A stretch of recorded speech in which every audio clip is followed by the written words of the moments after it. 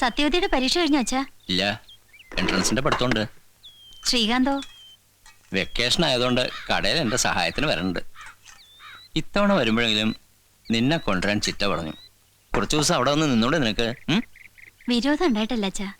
ഇവിടെ മുത്തച്ഛന്റെയും മുത്തശ്ശിയുടെയും മഹിയേട്ടന്റെയും എന്ത് കാര്യത്തിന് ഞാൻ വേണം. പിന്നെ കൃഷിപ്പണിയുടെ തിരക്കും. ഒന്നും വേണമെന്ന് വെച്ചിട്ട് ചെയ്തതല്ല അച്ഛൻ. അന്ന് കോയമ്പത്തൂർ ചെന്ന് പെട്ടതും രണ്ടാമതൊരു കല്യാണം കഴിച്ചതൊക്കെ അന്നത്തെ ഓരോ സാഹചര്യം.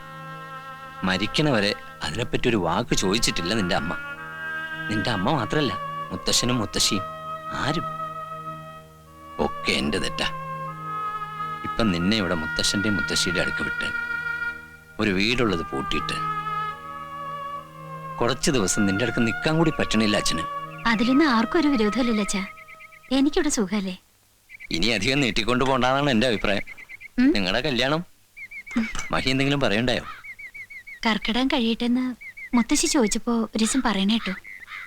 ആദ്യം ഒക്കെ തീരുമാനിച്ചുറപ്പിച്ചപ്പോ നിന്റെ അമ്മ മരിച്ചു. പിന്നെ രണ്ടാമതൊന്ന് ആലോചിച്ച് വന്നപ്പോഴേക്കും മഹിയുടെ അമ്മയും. എന്തോ ഒരു ദുശകനം പോലെ. ഇനിയും അനർത്ഥമൊന്നും ഇല്ലാണ്ട് ആ ചടങ്ങൊന്ന് തീർന്നു കിട്ടാൻ ഭഗവാന്റെ അനുഗ്രഹം ഉണ്ടായാൽ മതി.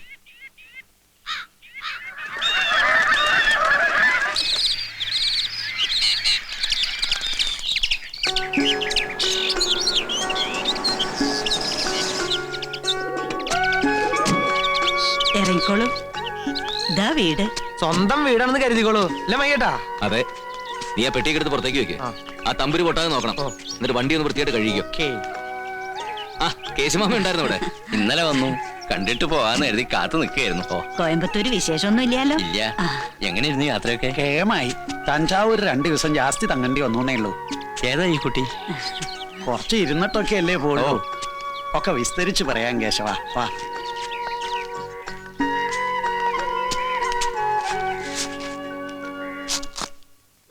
എന്താ വിലപ്പത്? നല്ലോണം വിളയുന്നതിന് മുമ്പ് ഇതൊക്കെ വെട്ടിയിട്ടൂലേ? ഞാൻ വന്നിട്ട് പോരായിരുന്നു തണ്ടാമ്പറമ്പിലെ കയറ്റം. ഇന്നലെ വരെ കാത്തു. പിന്നെ ബാമക്കുഞ്ഞി തന്നെ വന്നു. എന്താടി, എങ്ങനെ ഉണ്ടായിരുന്നു നിന്റെ തനിച്ചുള്ള ഭരണം? ആരാ മഹിട്ടത്? ഏത്? മുത്തശ്ശിയോടൊപ്പം ഒരു പെൺകുട്ടി അകത്തേക്ക് കയറി പോണ കണ്ടല്ലോ. ഓ അതോ, അതൊരു പെൺകുട്ടി. അത് മനസ്സിലായി. അതാരെന്നാ ചോദിച്ചത്? അത് വേണി. ഏത് വേണി? ത്രിവേണി. എടി വാണിമണി വരദായിനി, വാണിമണി വരദായിനി സ്വർഗനന്ദിനി. ആ വാണിയുടെ വകയിൽ അമ്മായിയുടെ മോളായിട്ട് വരും ഈ വേണി. മനുഷ്യന് മനസ്സിലാവുന്ന ഭാഷയിൽ പറയും. മനുഷ്യന് മനസ്സിലാകുന്ന ഭാഷയിലാണ് ഞാൻ പറഞ്ഞത്. ഇനി നിനക്ക് മനസ്സിലാകുന്ന ഭാഷയിൽ ഞാൻ പറയാം. ബാമേച്ചനെ മുത്തശ്ശി വിളിക്കുന്നുണ്ട്. ഓ, ഞാനിപ്പോ നിന്റെ കാര്യം പറഞ്ഞ് കൈ എടുത്തോളൂ. ചെന്ന് മുത്തശ്ശിയോട് ചോദിക്കേ. ആ പോണ പോക്കിൽ ഒരു ദുൽവാലെ ജാഹങ്കാഹി ഇല്ല മഹേട്ടാ. എന്താ പ്രശ്നം? എടാ, പുണ്യപുരാണ കാലങ്ങളിൽ മുതല് പെണ്ണുങ്ങളിൽ മാത്രം കണ്ടുവരുന്ന ഒരു സംഭവത്തിന്റെ പേര് പറ. അത് ഞാനെങ്ങനെ ഓപ്പണായിട്ട് പറയണേ? അതല്ലടാ, കുശുമ്പ്. മൂപ്പിലമ്മയ്ക്ക് നേരിയ തോതിലൊരു കുശുമ്പിളകിയോ എന്നൊരു സംശയം വേണിയെ കണ്ടപ്പോ. ഏതായാലും നമുക്കൊരേരെയാണ് വീണ് കിട്ടിയിരിക്കുന്നത്. നമുക്കിത് വെച്ചൊന്ന് മൂപ്പിക്കാം.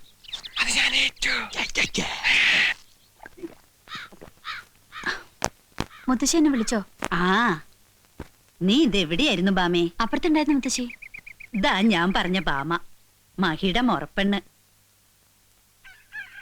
ഈ കുട്ടിയുടെ സാധനങ്ങളൊക്കെ നിന്റെ മുറിയിലേക്ക് വെക്ക്. ഇനി ഇവിടെയാ താമസിക്കണേ. അല്ലെങ്കിൽ അത് ശരിയാവില്ല. നിന്റെ ഒരു കൂട്ടം വൃത്തിയും വെടുപ്പും അടുക്കലും പെറുക്കലും ഒക്കെ. ആ മോളിൽ തെക്കേപ്പുറത്തെ മുറി വൃത്തിയായിട്ടല്ലേ കിടക്കണേ. അങ്ങോട്ട് കൂട്ടിക്കോളൂ. ആരാ മുത്തശ്ശി ഇത്? തഞ്ചാവൂരപ്പൻ തന്ന പ്രസാദം. ഓ, അവിടേക്കുള്ള അമ്പലത്തില് പെൺകുട്ടികളെയാവും ഇപ്പൊ പ്രസാദമായിട്ട് കൊടുക്കണത്. അത് ഞാൻ അറിഞ്ഞില്ല. കുട്ടി വരൂ. വെറും വേണിയുള്ളോ അതോ കൃഷ്ണവേണിയോ? വെറും വേണിയേ ഉള്ളൂ. ഇതെന്താ ഇങ്ങനെ ഒരു പേര്? തമിഴത്തി കുട്ടികളെ പോലെ. ഞാൻ മലയാളിയാ. അത് മനസ്സിലായി. എവിടെയാ നാട്? ശിവപുരം. പിന്നെങ്ങനെയാ തഞ്ചാവൂരി എന്ന് പെട്ടത്? അയ്യോ, ചോദിച്ചതേ ഉള്ളൂ. എനിക്ക് കുട്ടിയുടെ കഥയൊന്നും അറിയണ്ട. ആരാ എന്താന്ന് അറിയാനുള്ളൊരു കൗതുകം അത്രേ ഉള്ളൂ. അതെങ്ങനെയാ? ഇവിടെ ആരേലും എന്തേലും ചോദിച്ചാ പറയോ? എന്നെ ഇട്ട് വട്ട് കളിപ്പിക്കണത് എല്ലാവർക്കും ഒരു രസാണ്. ഇവിടെ പറയുമ്പോ പറയും ഭാമയോ, അവളൊരു മണ്ടി. മഹേട്ടനാ കുറച്ച് കൂടുതല്. പക്ഷേ എപ്പോഴും എന്തിനും എല്ലാവർക്കും ഭാമ വേണം താനും. ഭാമേ കണ്ടോ, ഭാമ ചത്തുപോയി.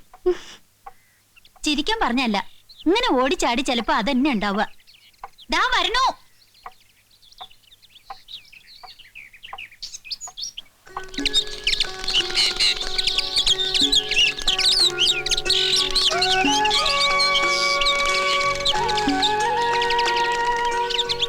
ആഹാ, ഇവിടെ വന്ന് നിൽക്കുക. ഞാൻ വെറുതെ. കിളികൾ ഇഷ്ടമാണോ കുട്ടിക്ക്? ഉം. പ്രാവുണ്ട്. ഇനി ഇവറ്റകൾക്ക് തീറ്റ കൊടുക്കേണ്ടത് കുട്ടിയുടെ ജോലിയാ. ഇനി മുതൽ ഇത് മോളുടെയും കൂടെ വീടാ. അങ്ങനെ വേണം കരുതാൻ. എല്ലാം ഫ്രീഡം ഉണ്ടാവും കുട്ടിക്കൂടെ. ഞങ്ങളൊക്കെ കൂട്ടിനുണ്ടാവും വിചാരിച്ചോ. എപ്പോഴും മനസ്സിലെ വിഷമങ്ങളൊക്കെ മറന്നു കളഞ്ഞിട്ട് നല്ല മിടുക്കി കുട്ടിയാവണം. ഞാൻ കരുതിയത് മഹീട്ടും പാടത്തേക്ക് പോയിന്നാ. നീ ഇങ്ങോട്ട് വന്നേ. മുത്തശ്ശി പറഞ്ഞല്ലോ, ഇവളൊരു പാവം കുട്ടിയാ. എന്ന് വെച്ച് നിന്റെ അത്രയും പാവമൊന്നുമല്ല, എന്നാലൊരു ചെറിയ പാവം. ചട്ടിയും കലവും പോലെ തട്ടിയും മുട്ടിയും നിങ്ങൾ തമ്മിലായിക്കോ. നന്നായി, എനിക്കൊരു കൂട്ടായല്ലോ. അടുക്കളയിൽ ഒരു ചുമട് പണിയുണ്ട്. അടുക്കളയിലെ കരിയും പോയും കൊള്ളാൻ ഇവിടെ ക്ഷണിക്കൊന്നും വേണ്ട. അതിൽ തെറ്റൊന്നുമില്ല. പെൺകുട്ടികൾക്ക് പറഞ്ഞിട്ടുള്ളത് അതൊക്കെ. പെൺകുട്ടികൾക്കല്ല, നിന്നെ പോലത്തെ പെൺകുട്ടികൾക്ക് പറ. മഹേട്ടാ, പാടത്ത് പണിക്കാര് വെയിറ്റിംഗിലാ. നമ്മൾ ചെന്നിട്ട് വേണം കൊയ്ത്തു തുടങ്ങാൻ. ഓ, നമുക്ക് പോവാം. ചെല്ലേ, ബാമേച്ചോട് വെച്ചല്ലേ. മാധവൻ വന്ന് തിരക്കിയിരുന്നു നിന്നെ. അവന്റെ തൊപ്പി എവിടെ ഒളിച്ചു വെച്ചിരിക്കണേ? തൊപ്പിയോ? ഏത് തൊപ്പി? ഏത് മാധവൻ? ആ, ചെല്ല് ചെല്ല്. നീ ഇതിന്റെ പേരിലായിക്കോ രണ്ടാളും കൂടി യുദ്ധം. വേണി പോട്ടെ. ഇത് ചിരിഞ്ചിവരെ പടമൊന്നുമല്ല പറന്നു പോകാനായിട്ട്. വരൂ.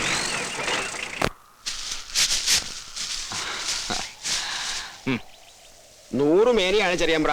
ആ കൈ കൊണ്ട് വിത്തെറിഞ്ഞെന്റെ കൈപ്പുണ്യാണ്. നമ്മടെ അധ്വാനത്തിന്റെ ഫലം എന്ന് പറ വേലുമൂത്താരെ. അല്ലടാ, അന്നാ തുടങ്ങട്ടെ. ആദിയില്ലല്ലോ ലന്തമില്ലല്ലോ കൊല്ലക്കാലം പോയ യുഗത്തിൽ.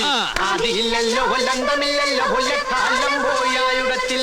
ഒച്ചയില്ലല്ലോ ലോശയില്ലല്ലോ കൊല്ലക്കാലം പോയ യുഗത്തിൽ. ഒച്ചയില്ലല്ലോ ലോശയില്ലല്ലോ കൊല്ലക്കാലം പോയ യുഗത്തിൽ. പെണ്ണു വന്നേ ഒരു ഞാറുന്നട്ടേ കൊല്ലക്കാലം പോയ യുഗത്തിൽ.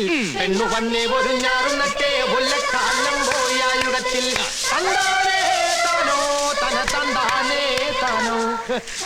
അയ്യോ, തൊപ്പിയില്ലല്ലോ ഒരു ജോലിയില്ലല്ലോ കൊല്ലക്കാലം പോയി യുഗത്തിൽ. തൊപ്പിയില്ലല്ലോ ഒരു ജോലിയില്ലല്ലോ കൊല്ലക്കാലം പോയി യുഗത്തിൽ.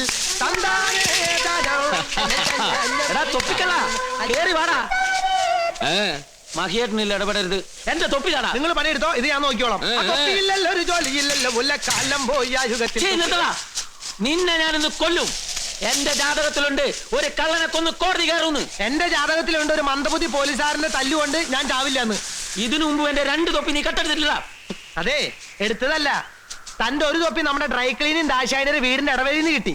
മറ്റേ തൊപ്പി പുഴക്കരയിലെ കള്ളുഷാപ്പിന്റെ ബെഞ്ചിന്റെ അടിയിൽ നിന്ന് കിട്ടി. പിന്നെ ഈ തൊപ്പി മതി പറയല്ലേ. എന്താ മാധവ അത്? ഒരു പോലീസുകാരൻ പോകാൻ പാടുള്ള സ്ഥലത്തൊക്കെയാണ് താൻ പോകുന്നത്. അയ്യേ, വളരെ മോശം. ഇല്ല മഹേട്ടാ, ഇവൻ കള്ളം പറയാ, പച്ച കള്ളം. അതെ മഹേട്ടാ, ഇയാള് പച്ച കള്ളടിച്ചിട്ടാണ് ഈ തൊപ്പി ബെഞ്ചിന്റെ അടിയിൽ മറന്നു വെച്ചത്. താൻ ഈ തൊപ്പി യൂണിഫോം തട്ടിയെടുത്തല്ലോ. അച്ഛൻ മരണക്കരക്ക് കിടന്ന് പറഞ്ഞതാ, മോനെ നിന്റെ അച്ഛൻ മരിക്കാൻ വേണ്ടി പ്രാർത്ഥിക്കടാന്ന്. എന്നാൽ ആ ജോലി എനിക്ക് കിട്ടുള്ളൂ. അച്ഛൻ മരിച്ചപ്പോ താൻ എന്ത് ചെയ്തേ? താൻ ഏക മകനാന്ന് പറഞ്ഞ ജോലി തട്ടിയെടുത്തില്ലേ? അയ്യേ, അച്ഛന്റെ ഒഫീഷ്യൽ മോൻ ഞാനാ. അതിന്റെ തെളിവായി യൂണിഫോം. ഇത് ഞങ്ങൾക്ക് പാരമ്പര്യമായിട്ട് കിട്ടിയതാ. അപ്പൊ പാരമ്പര്യമായിട്ട് ഈ തൊപ്പി എന്റെ തലയിലിരിക്കട്ടെ, ബാക്കിയുള്ളത് താൻ എടുത്തോ.